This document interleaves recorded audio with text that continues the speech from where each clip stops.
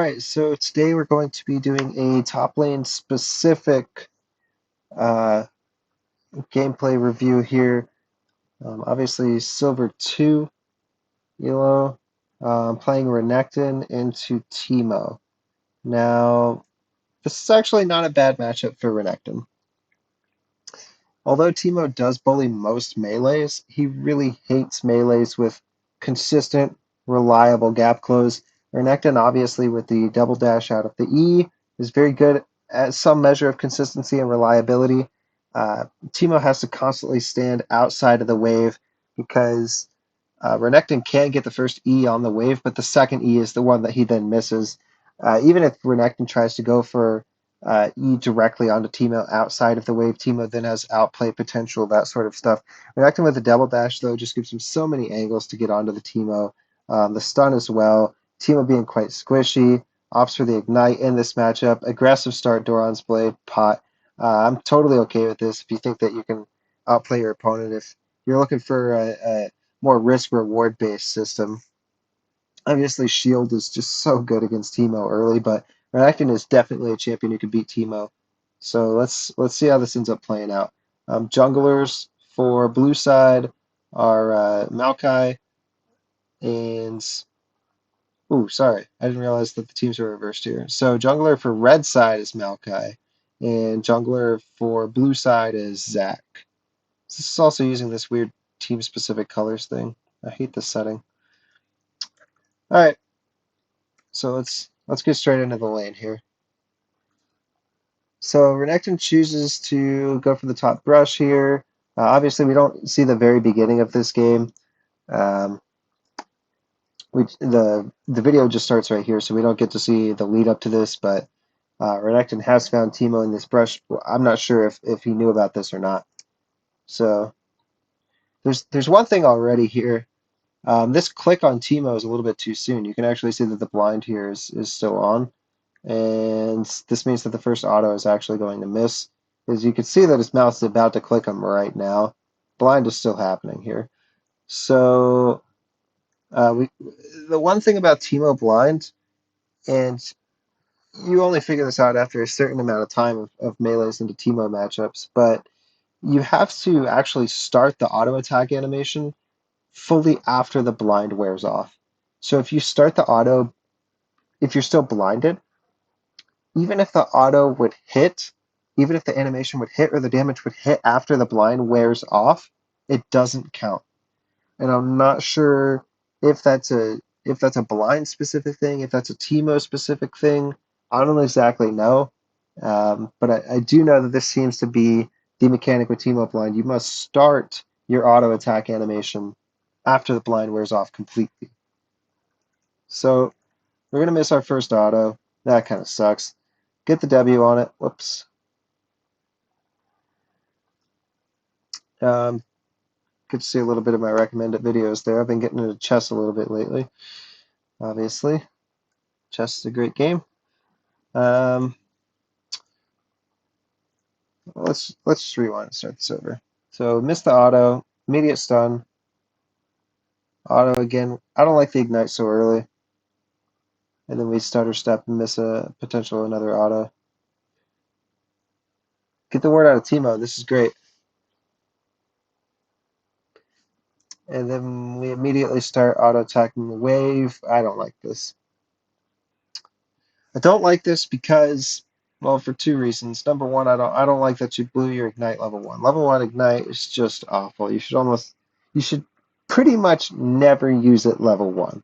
You use it level one if you see that they have a less than this HP bar before you even use it.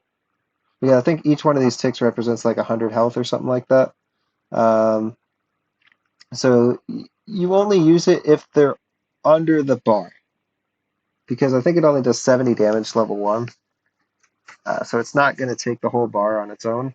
So you use it level one if they're already under the bar and you're about to apply another source of damage, if it's another auto attack or whatever it is. If you're about to apply another source of damage, you can use the ignite prior to applying that other tick of damage if they're already under that 100 HP threshold. So I don't like that. Then I don't like how we automatically start shoving the wave. Yes, Renekton does like to build Fury. Yes, auto-attacking the wave and gaining some priority in the lane is going to uh, force Teemo off, and it's going to force him to reconsider because now Teemo doesn't really want to walk up and auto-attack this thing. Uh, Personally, I just don't like shoving the wave this quickly into it. I would actually play the wave neutral. You know, Teemo dropped the ward in this brush. I would probably just sit right at the corner of this one and see what happens. If you sit there for long enough, Teemo will likely take a loop around the bottom here to try to get to this minion. So he'll probably stand like here, as far from the brush as possible, because he knows that you're standing here.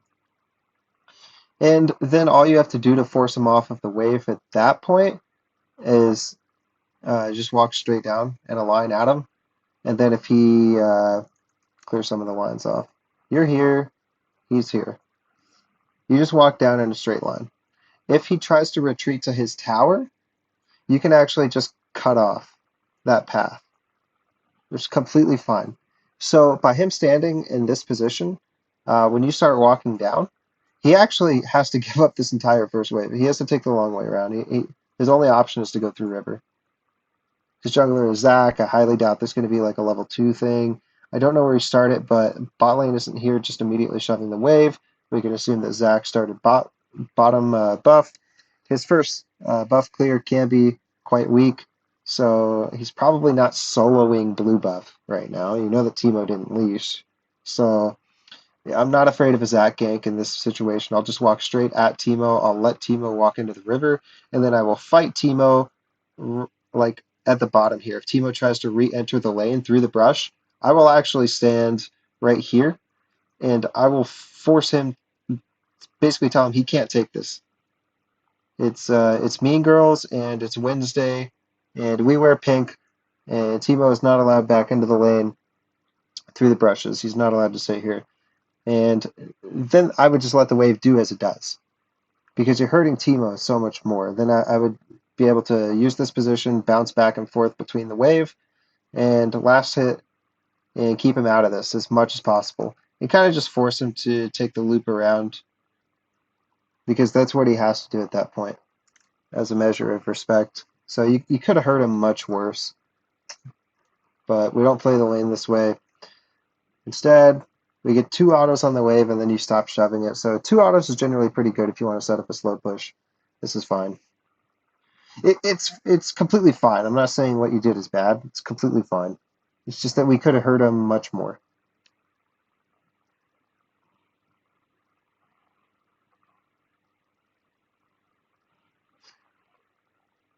Again, Renekton is a champion like centered around winning the early game. I hate these autos.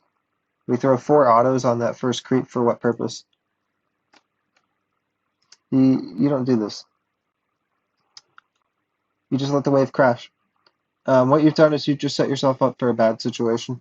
So just a little bit of top lane knowledge. If the first wave slow pushes and it doesn't get very far, like right now the minion crash line is like right here, you don't shove this, because the third wave will actually meet somewhere like right around here or something, like right outside the, not right outside the tower, but outside the tower. What you do by shoving the wave here, basically dropping this minion to no HP and then last hitting this and then killing this, you've just forced the wave to crash in a super awkward spot. Like the wave is going to crash right on the outskirts of tower range now. You're basically guaranteed to miss the 3 ranged. And there's like there's no good reason for it either. It's not like shoving the wave at this speed gets you anything. I don't like that Q, actually, because of the way the team up plays this. So I wouldn't look to Q here anyways. In this situation, I would just auto attack one down to the point where I could get it, because you've already like forced a bad crash. So at this point, you might as well just start auto attacking this one. Probably. Because this is the one that the casters are focusing, and then by the time you last hit this one will be ready to kill too. So don't like this. And this is why. is because here, if you still have full Fury, because I think that you have a full 100 here, right? Yeah, you have a full 100. So when Teemo even like walks to this spot right here, I think from here, I think you can flash to like right here. Maybe your auto attack range allows you to get the stun. And that's just from this freeze frame. He might walk forward even a little bit closer, which guarantees the stun. So if you have full Fury right here, you flash W, and then you get his flash immediately. So the combo here is flash, W, auto. Let's just assume he doesn't flash Q. Because flash W Q doesn't kill him here. And he'll still be stunned, actually, because you have the empowered stun. Yeah, this is a kill. This is a kill. And then you hit him with the last auto attack after the Q. Because he'll probably regain control of his champion somewhere like right here. And this auto attack damage is the thing that's going to kill him. So he's going to flash away from you, but your auto attack animation will have already gone off, and he'll probably die. Yeah, I think this is a kill, 100%. This is a kill. And if you didn't burn Ignite like level 1, it's also a kill. And you can argue that he's at this HP value because you ignited him level 1, but that's stupid. That's not even an argument, because your level 2 Ignite deals 20 more damage or something. So that's not an argument. And this does the exact thing that I said that it would. The wave crashes right outside the tower. Or right inside the outer tower range. I think that ward is completely fine against Zac.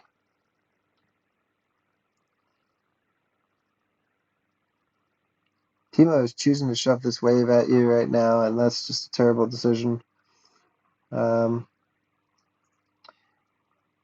We could posture more aggressively here.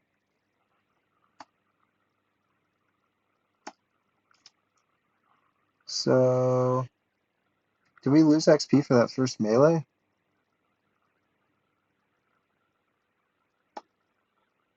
No, we get the XP.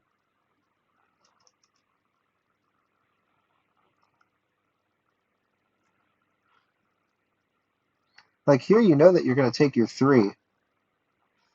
So, I don't know if this caught you by surprise. Also, don't use your mouse to level up your abilities. I don't know if this XP thing caught you by surprise or not, but we're playing like way behind the wave right now. And we don't need to be. Yeah, like he's still in kill range, especially because you're going to hit 3 before him. So the dash damage, stun, auto Q. I don't know, that still does quite a lot. So let's here. I'm probably starting to click forward already because you know that this minion's about to die. So I'm going to walk forward and auto this and then immediately go for the E. Pretty much an immediate E. I'm not even worried about CSing that minion. I'd rather take the trade on Teemo. You'll get his potion or you'll get his back, and either way you're just winning because he shoved the wave back India. Like this is a slow push all day, every day India. So if you force the trade on him while he's standing outside the wave right here, and that was such a consistent, it was such a reliable way to get it with the minion and everything. The line straight through on the E. You force the trade with him outside of the wave, so you're not even shoving the wave as you hit him. And as you're doing that, you kind of like walk more towards the tower, like you walk him in almost like in that curve. So you come through and then you almost do like one of these motions instead of this motion, because in your Q you don't want to hit this this area. You don't want to be hitting the minions. So as you walk them in, you head towards the wall so that your Q range doesn't affect anything. And then you just take a massive chunk of his HP and the wave shoving India. And then he's fucked. Like he just has to back because a potion 150 health isn't going to be enough. Especially because you have Ignite coming up in 80. So then he just dies in 2 waves. Trade with him. There you go. Dash through him again. Hmm. Yeah, I probably would have dashed through him again. Potion's fine. Q is fine to heal up a little bit. In this position, I'm looking to E-Flash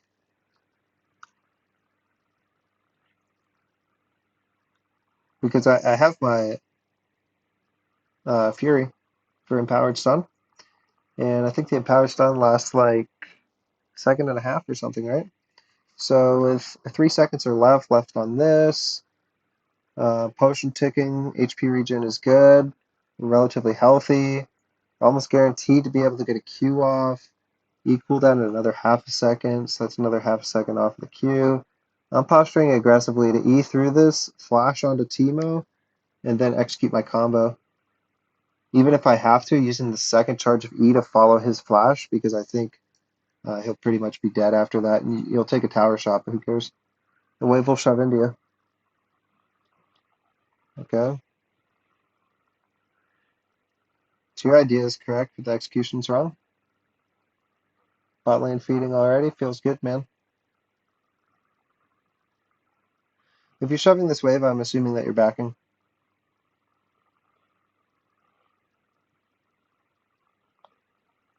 Use your E to farm, man. And don't shove this. Teemo's probably like, oh wow, really? Okay.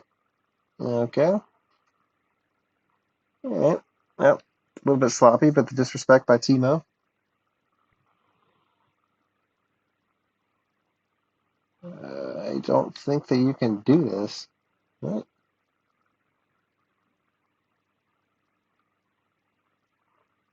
Yeah.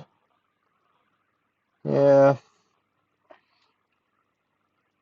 Now you wasted a ton of time. Teemo's just going to get back to the lane and shove it into you. Even if you're full HP after that dive, I don't go for that blue buff because you just lost all your tempo. So you don't need to be full HP before you leave Fountain. Your passive regen is going to be okay. Plus, you have a potion, so even if you get to lane with like 90 HP or something, like you have built-in sustain with your Q, and then you have potion as well.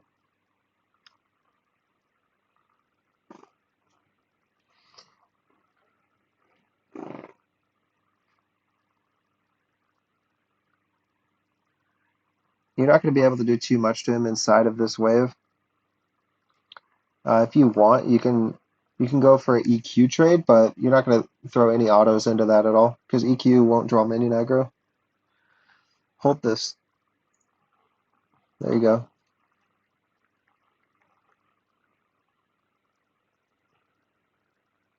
Good.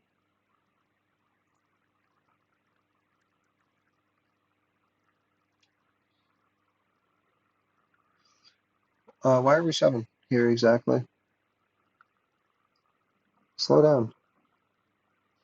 Also, don't W right away. You know that he's going to blind you as soon as you dash on him.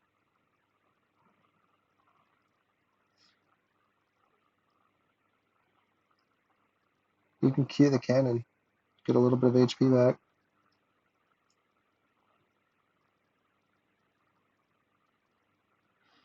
Another little case there where... Ooh, potion.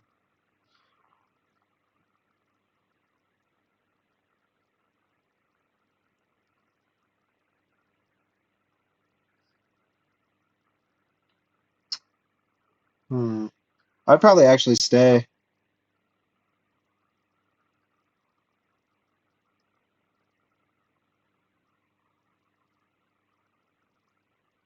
Yeah, I would say your HP is going to beat his.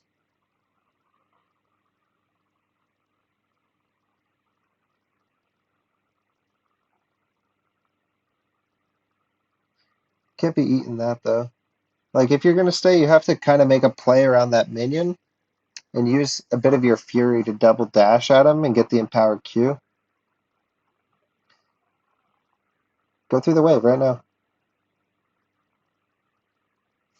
Okay.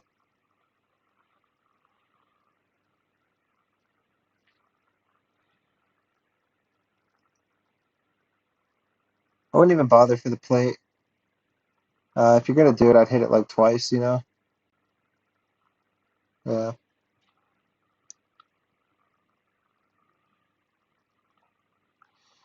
It's gonna run you down the lane, lose the prio again. As soon as you saw him like turn around, I would have started basing though. Would have saved you maybe like 2 or 3 seconds.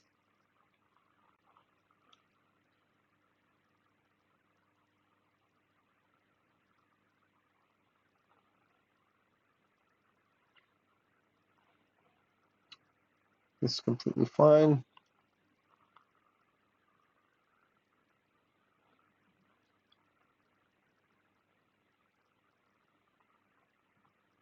Um, yes, this is completely fine. Right now we're 20 CS up. They're shoving into us. So my idea here is the same as last time. I'm going to try to hold it outside of my tower, and then I'm just going to try to make Teemo a non-factor. Um, like Teemo's going to be very bad. Hold the wave. Go hold the wave. What are you doing? It's like way too close to the tower right here. You want to just set up a freeze. Because Teemo in this condition is going to be very, very bad at taking the jungle camps. So what's going to happen? Like, Zed doesn't want to share XP mid. Zach's not going to give away. He's not going to. Zach is not going to leash camps for Teemo.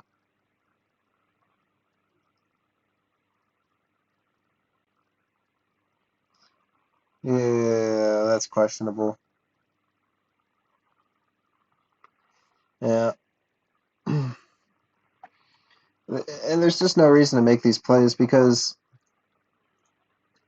like, if you play the lane correctly, he has to walk into this anyways.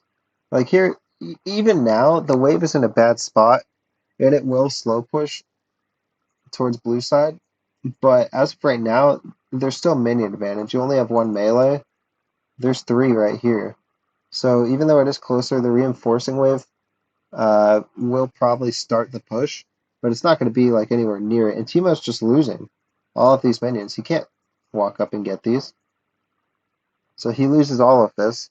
He probably loses most of the next wave. Maybe gets like one minion or something out of it, maybe two if you let him, but you don't have to. So the next time Teemo can even hope to farm is this wave. That's not even fucking spawned yet. So out of two waves, he maybe gets 2 CS.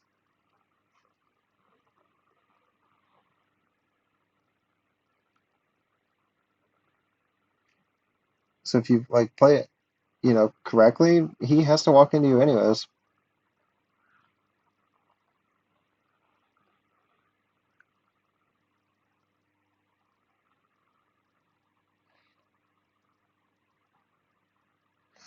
Like the only reason that you pop ult and take like such a crazy trade like that is if you were really close to item and you were gonna back anyways to get the item.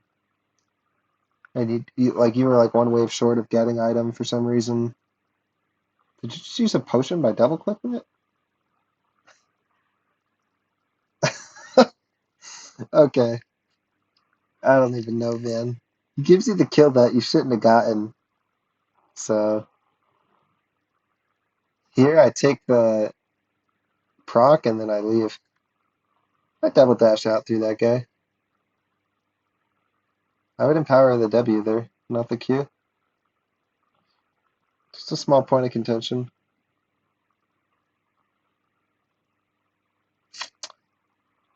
That being said,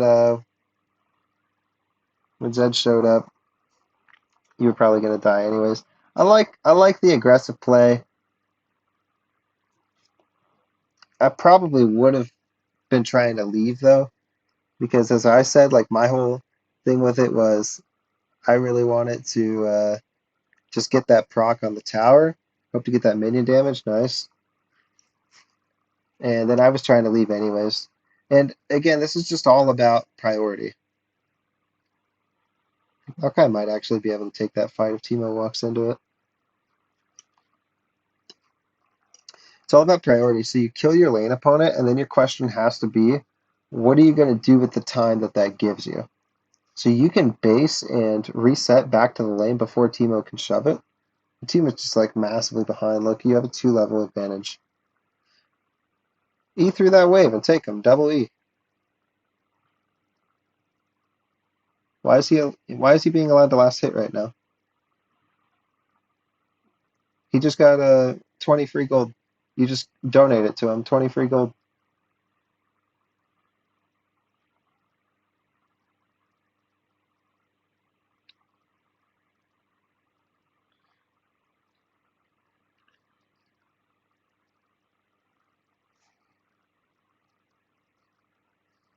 We shot the wave too fast, which is the reason that he's being allowed to get those last hits.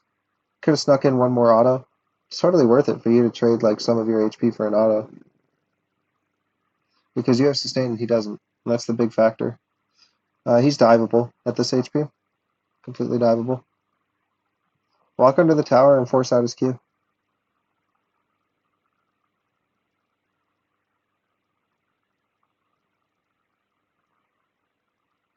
No? Go.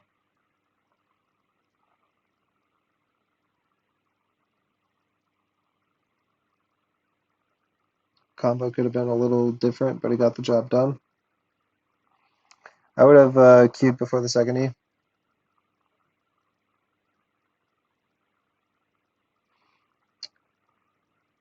I'm probably going to kill this wave and then recall. So it's not so much about that other plate for me, it's just about this wave. And the reason why is this, like, now Teemo's going to be able to come back to the lane now. Like, so you deny him these minions, but then you're denying yourself minions because he's going to be able to crash something into the tower. Maybe you thought that you could push for the tower, but you can't. So I'm not sure. Now he's back, and the shrooms are going to be able to shove the wave faster than what you'll be able to walk back to base from. So now you're just stuck in this position where you have to stay. But you're sitting on 2,000 gold right now. Right, so this doesn't seem extremely beneficial. And the only way like you're going to get the tower immediately is if like you ult for it. And then hope that you can outplay what comes after that.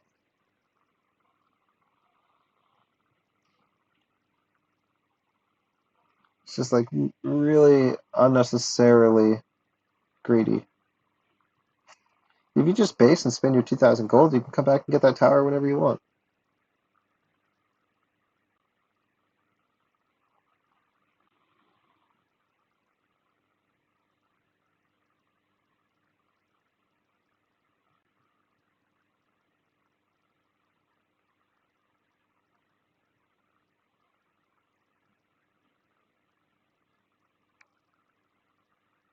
Okay, I like that.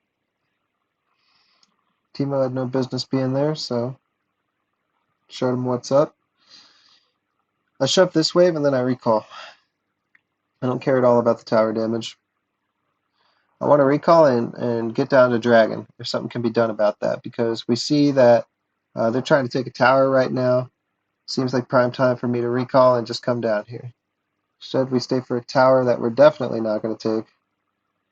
And then we don't even get the proc of demolish on it either, so that's weird. And we don't invade his jungle on the way out, so we get no intel on his jungle pathing. And we don't look for the crab, so we stay to get a couple autos on a tower. I don't know. Doesn't make any sense to me. Also, we end up giving up the dragon, it looks like. So, could have definitely done something about that if you were there. You're 5-1, 120 CS, 15 minutes. I mean, you're pretty fucking fed.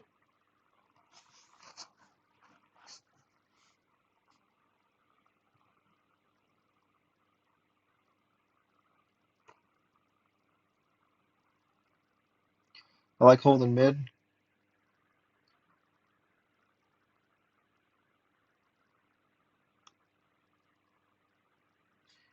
But Draven's got a fair bit of gold, but he doesn't really want to fight you.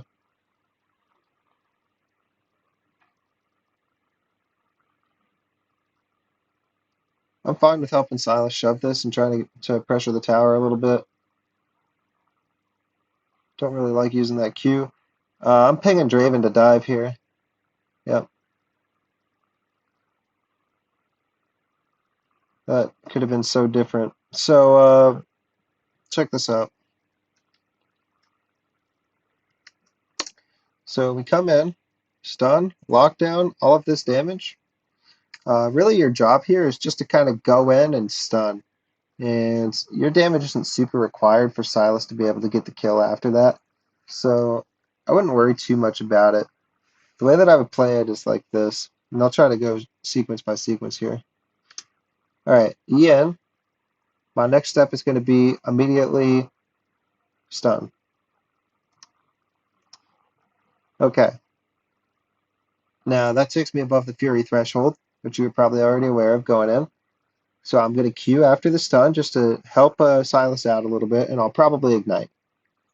So the combo is E, W, Q, ignite, and then I'm going to walk from this position to this position right here, and I'm going to just try to E over the wall to get out. But you still have your second E. Worst case scenario, like if Silas is very far behind and you don't think that Silas has the damage to kill it and you need to auto a couple times or whatever, I would at least E this way. Like try to get the second E through the Draven for the damage. But just standing here eating so many tower shots is very odd. And even like knowing, like if you're paying attention to the minimap, like Pantheon's by Raptors as well. So you could even E in this direction, like kind of walk over here as you're comboing and then E through the Draven in this direction. But as you can see, like the burst is pretty high immediately. So you can just E out, or you can eat another tower shot or two from this position and then E over the wall. Very, very simple. And then you still have ult in case Zac finds you. Instead we eat more tower shots than we need to, and we have to burn our ult. And we probably should just go back to base, but you want to catch the wave from Teemo. And this is not a terrible line of thought because Teemo should not shove it all the way to tower. But Teemo doesn't respect that you could be there, then he might. And from this position, Teemo actually can bully you a little bit. Again, we used W a little bit too early. Something about the skill order is weird to me. Because you should be maxing E second. Get the lucky kill there because your W went off before his Q. It's all good. Yeah, this play happens because Teemo basically just gives it to you.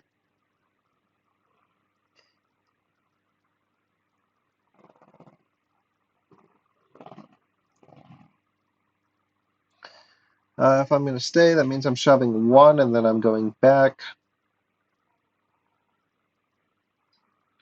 Again, it's not really about the damage on this tower. I don't really care about the damage on this tower. And the whole reason I'm shoving this wave in the first place is just to deny the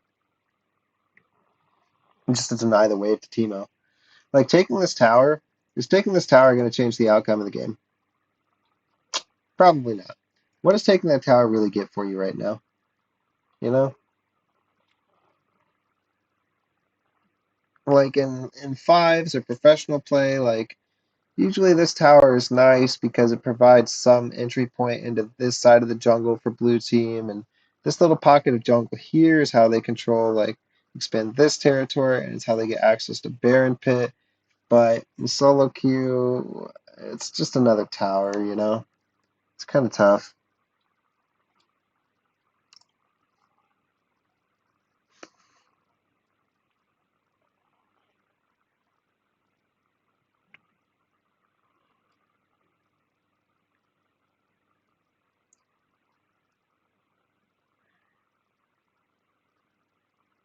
So we've traded out to bottom lane. This is completely fine. In this case, Silas should go top.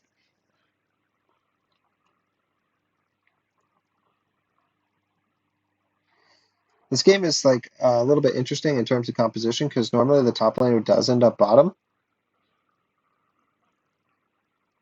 like usually right around now, but Silas is quite a good split pusher, and he's pretty shitty at wave clear.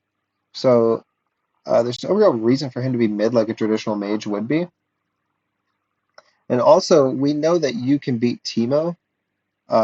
Silas should be able to, but a lot of his damage also comes from auto attacks, which Teemo shuts down. Kind of unfortunate that no one's going to hold top wave for you. I like Crash in the rotation here. It's a very safe play. Keeps you out of danger. It's totally fine. No. All right. Well, Silas is running it down.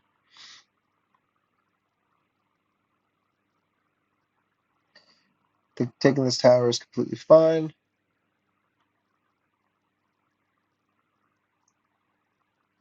Okay.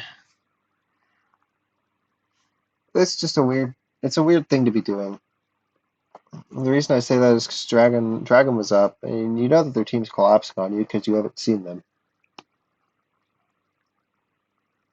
So what I do when I know the Dragon is up right now, and the wave is shoved into tower, like there's really nothing more you can gain here. Your jungler's nowhere nearby. Somebody, Sivir is pinging top river, but Sivir's also pinging Cloud Drake, so I'm not sure if Sivir has dissociative identity disorder or some other cloning mechanism. I'm not sure, but you can't be here and here at the same time, so I'm not super sure what that is.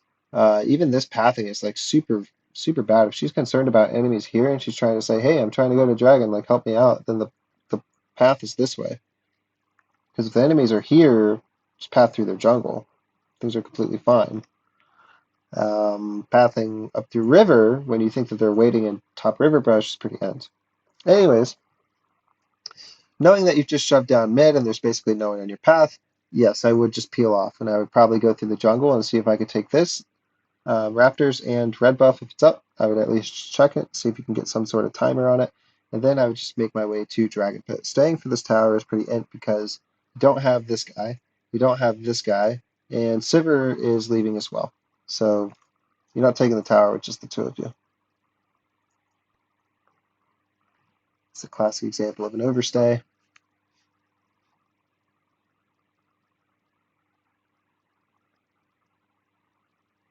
So you burn Flash, Ignite, and Ult for nothing, and you get up the third Drake.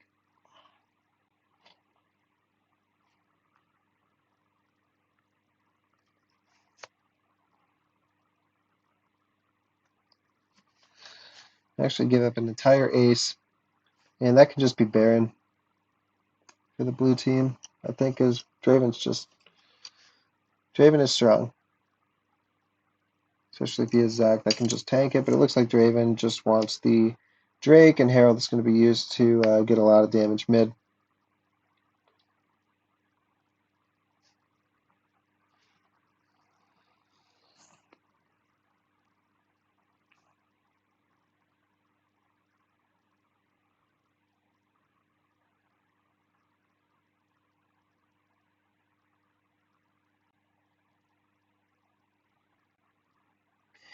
At this point, you kind of want to be bottom, but you kind of don't because you don't have teleport.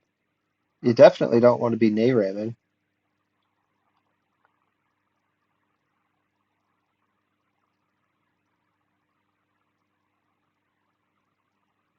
Yeah.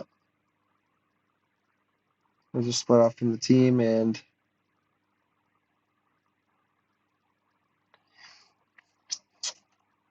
that's the way it goes sometimes.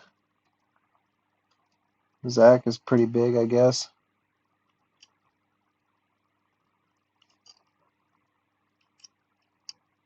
And Maokai gives that away.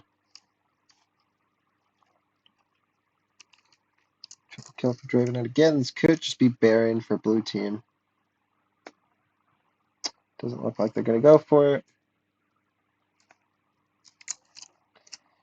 Now you do what should have been done in the first place, which is just go bottom, except you missed out on all the minions that were there, so a little bit too little too late at this point. Teemo running the down top lane highway shouldn't really concern anyone. I think the goal here is to just shove as fast as possible.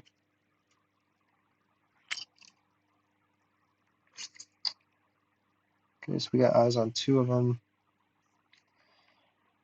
Gotta be wondering where the other 3 are.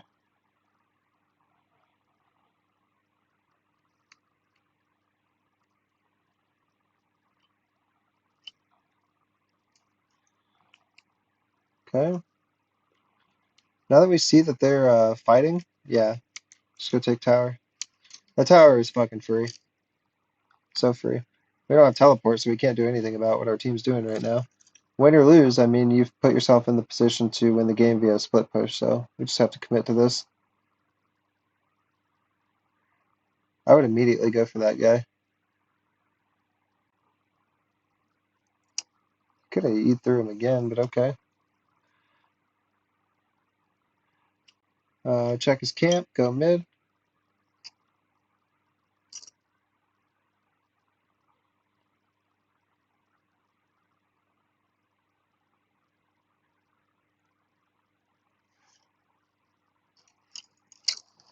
They want to run him down top, that's fine.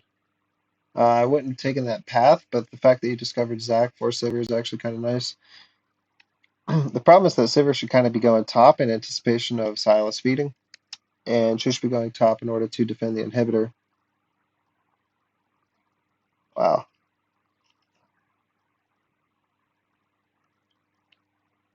I think he definitely could have hung around in that fight. Kind of is what it is, though. This path is super dangerous because you know they're in your top jungle. Choosing to fight it is also super dangerous. You have to ult, man. You gotta ult before you go for these plays so that you have the the rage to do the things that you need to do. That rage generation while in ultimate is no joke. It's not just about the HP or the AoE damage. A lot of it is about the fury.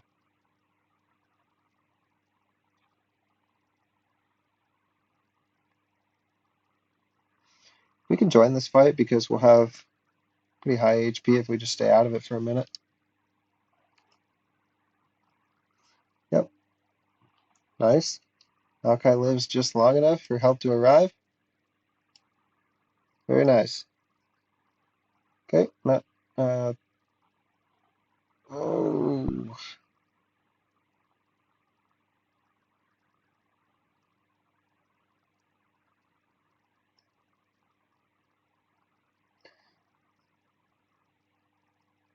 Oh, we end up living. That's nice.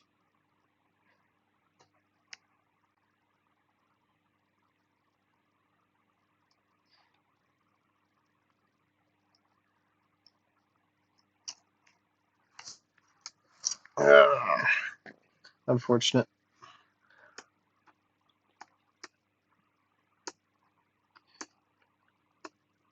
Looks like we got about one more fight in this game, potentially.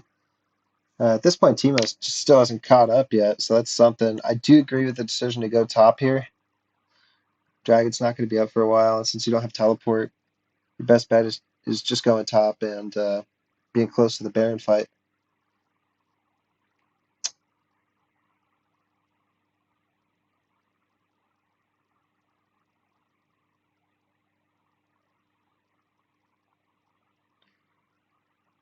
If you're doing this, though, you kind of just want to shove as fast as possible and look to group mid. That's pretty much all you should be doing.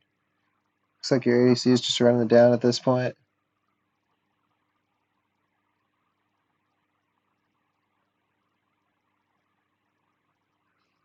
Just ult.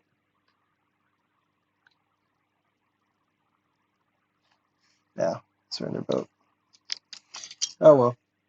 Hopefully that was somewhat insightful into the mind of Renekton. Basically, you did kind of end up making Teemo a non-factor because he did die so many times, but most of those deaths, like kind of as I mentioned, it was mostly just Teemo walking into it and you kind of getting lucky by him doing that.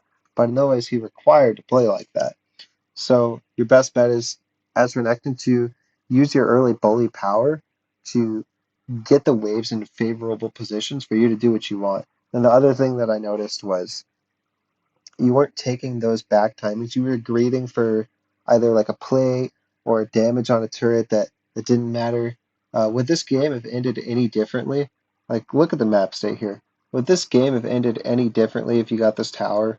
Would Sivir have like not ran it down if you gave her like 100 more gold or 50 more gold? Like that, those aren't the types of things that decide games. That second dragon, you could have 100% been out if you just backed and then walked a dragon, as I said, like in that moment in time. You could have influenced that fight, and they wouldn't have had three dragons on soul point. Team's fucking tilted because it feels like you haven't really done anything all game. Yeah, you've kind of been there for a couple fights, but you were there for fights that probably would have been won anyways, and most of your kills did come from lane in the first place. So I would say this is a great example of a Renekton who he wins lane, and this could be very generic for a lot of different situations. He wins lane, but he has no impact on the game and just ends up losing. And usually Renekton as a champion will have little to no impact come late game anyways, because this champion is just not very good at scaling. So in general, I would say this is a very good example of a Renekton game. Dominant early game, okay middle game, like we kept up, but the game just ran so far out of control by the end of it, and it's because we didn't have enough of an impact that we could have had if we simply didn't greed for tower damage, took smart backs, controlled the wave to get even bigger advantages in lane, did not let Teemo at all back into the game, created an essential 5-on-4. I think you would have had a really good shot at carrying this game. All right, I'm done.